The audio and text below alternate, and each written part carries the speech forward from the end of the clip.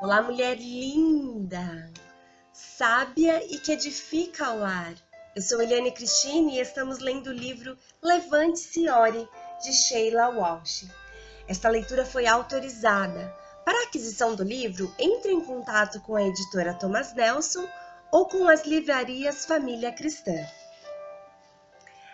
O que a Bíblia realmente diz sobre oração? Áudio número 1. Pai, eu oro pela amiga que me ouve, que ela sinta-se encorajada a renovar sua vida de comunhão e intimidade contigo. Que ela levante-se e ore, que este livro seja um agente para despertá-la para esta área da sua vida. A comunhão contigo é especial e nos dá a direção correta do caminho a seguir. Eu oro em nome de Jesus. Amém. O que a Bíblia realmente diz sobre a oração? Quais das minhas ideias procedem da Bíblia e quais procedem daquela irmã da igreja? Ser um cristão sem oração é tão impossível quanto estar vivo sem respirar. Martinho Lutero. Alegrem-se sempre, orem continuamente, deem graças em todas as circunstâncias, pois esta é a vontade de Deus para vocês em Cristo Jesus. 1 Tessalonicenses, capítulo 5, versos 16 ao 18. Meu filho Christian, de 10 anos, entende muito de computadores, como é o caso da maioria dos alunos do 6º ano. No último dia de ação de graças, ele me viu olhando para um grande peru congelado no balcão da cozinha. Percebendo imediatamente que eu estava tendo dificuldades para preparar a ave, ele disse: "Consulte o Google, mamãe." "O que foi que você disse?" perguntei, olhando assustada para a árvore congelada. "Se você não tem certeza do que fazer, consulte o Google", disse ele. "Comigo isso sempre funciona." Então consultei o Google e encontrei a instrução de que precisava. Entendo que talvez eu esteja deixando você confusa. Se você não tem experiência com computadores, identifico-me com você. Ainda custa acreditar que posso pegar um pedaço de plástico, geralmente chamado de telefone, digitar alguns números e em segundos estar falando com a minha mãe na costa oeste da Escócia. Mas as coisas não param por aí. A vida caminha em um ritmo desenfreado nesses dias. Agora posso estar online com o meu laptop, usar um dispositivo de busca como o Google, digitar "ajude-me", meu peru ainda está congelado e em alguns instantes receber a mensagem: "Você deveria tê-lo tirado do congelador ontem à noite, sua palerma." Não, na verdade não. O que recebi foi um plano muito detalhado para descongelar e assar o suculento peru. O Google e outros dispositivos de busca online não apenas trouxeram o mundo até a nossa porta, como também nos levaram ao mundo. Antes de partir para Nairobi, no Quênia, em dezembro de 2006, instalei o Google Earth no meu laptop para que Christian me acompanhasse. Toda noite ele podia entrar no programa e ter um link ao vivo a partir de nossa casa em Frisco, no Texas. Então era possível acessar a minha localização na África.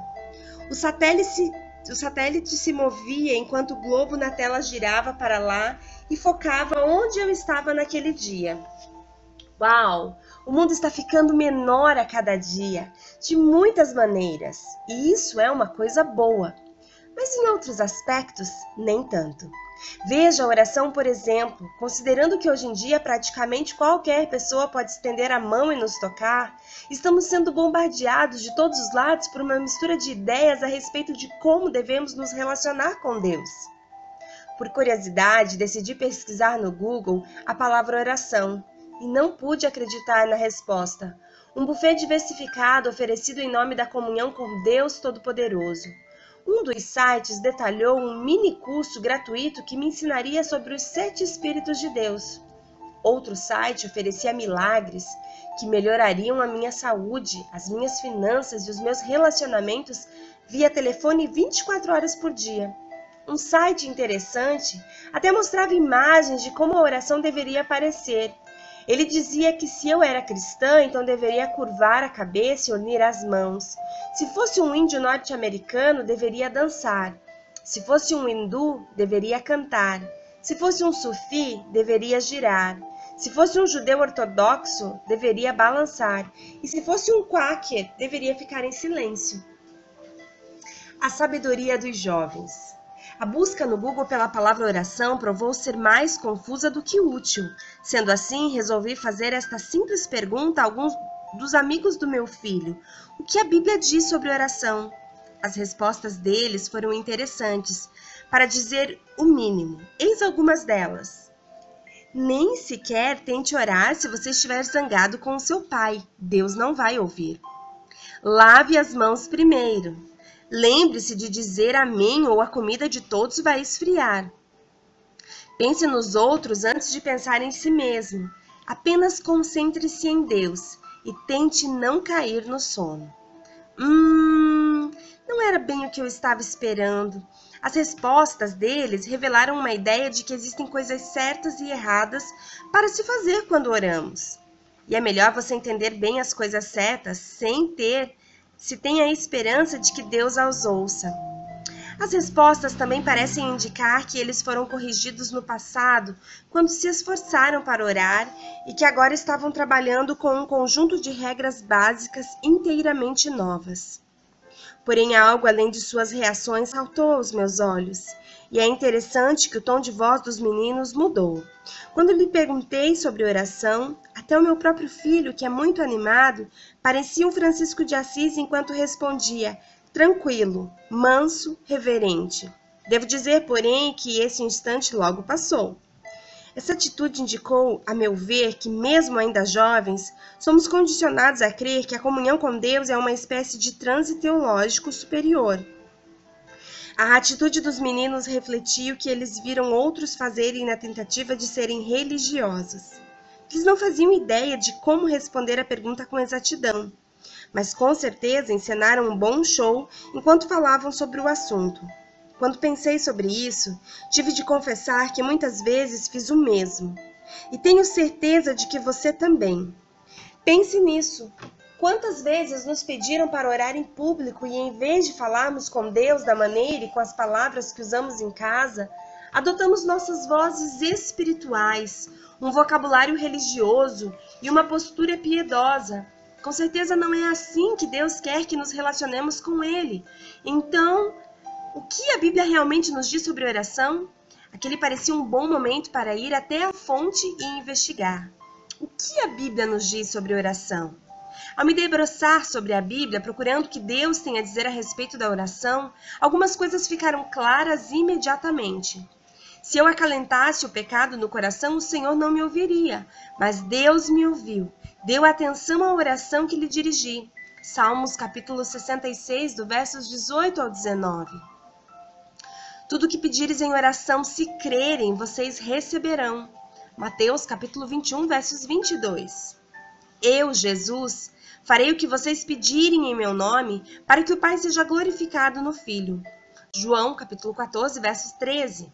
Esta é a confiança que temos ao nos aproximarmos de Deus. Se pedirmos alguma coisa de acordo com a sua vontade, Ele nos ouve. 1 João capítulo 5, versos 14. Em uma segunda reflexão, mesmo com essas instruções claras, eu ainda tinha perguntas. Então decidi investigar mais de perto essas 4 diretrizes.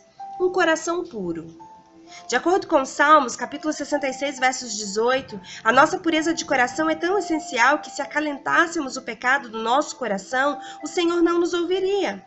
E em Salmos, capítulo 51, versos 10, Davi insiste para que Deus lhe dê um coração puro. O que é exatamente um coração puro? Puro até que ponto? Do tipo que é lavado e esfregado até podemos ver nosso próprio reflexo? Ou do tipo que passa por uma arrumação rápida antes que os convidados cheguem?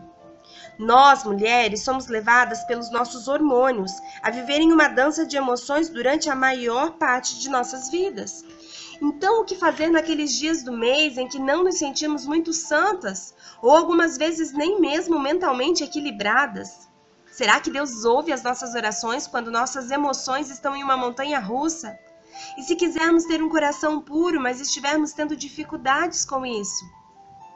E se acreditarmos que temos um coração puro, mas existir alguma pequena semente de falta de perdão enterrada bem lá no fundo, da qual nos esquecemos, será que somos responsáveis somente pelos pecados de que lembramos ou por toda pequena ofensa que cometemos durante toda a nossa vida?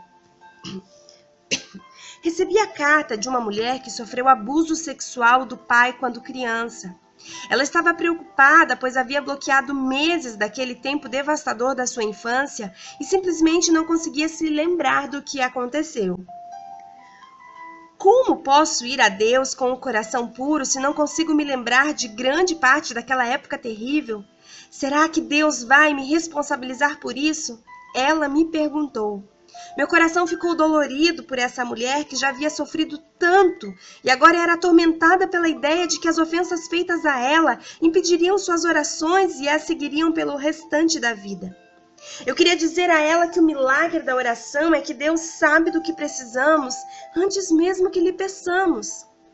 Quando é nosso desejo sincero ser puras, Ele vê isso, quer possamos nos lembrar de cada detalhe das nossas vidas, quer não. Sim, Ele quer que cheguemos diante dele com um coração puro, mas também nos diz que ouve os nossos pedidos sinceros. Observe que o versículo 19 no Salmo 66 diz: Deus me ouviu. Não podemos continuar nos preocupando com o quanto os cantos da nossa alma estão limpos. Se ficarmos presas nesse redemoinho de dúvidas e aversão a nós mesmas, isso nos levará para baixo. Mas se nos apresentarmos diante do Deus que torna nova todas as coisas, crendo que Ele conhece a sinceridade do nosso coração, certamente seremos elevadas. Uau! Um super uau! Glória a Deus! O que importa é nós nos achegarmos a Deus, é nós abrirmos o coração, independente do quanto estejam tumultuadas as nossas emoções, mas é nós despejarmos diante do Senhor tudo aquilo que está dentro da nossa alma, porque Ele nos conhece.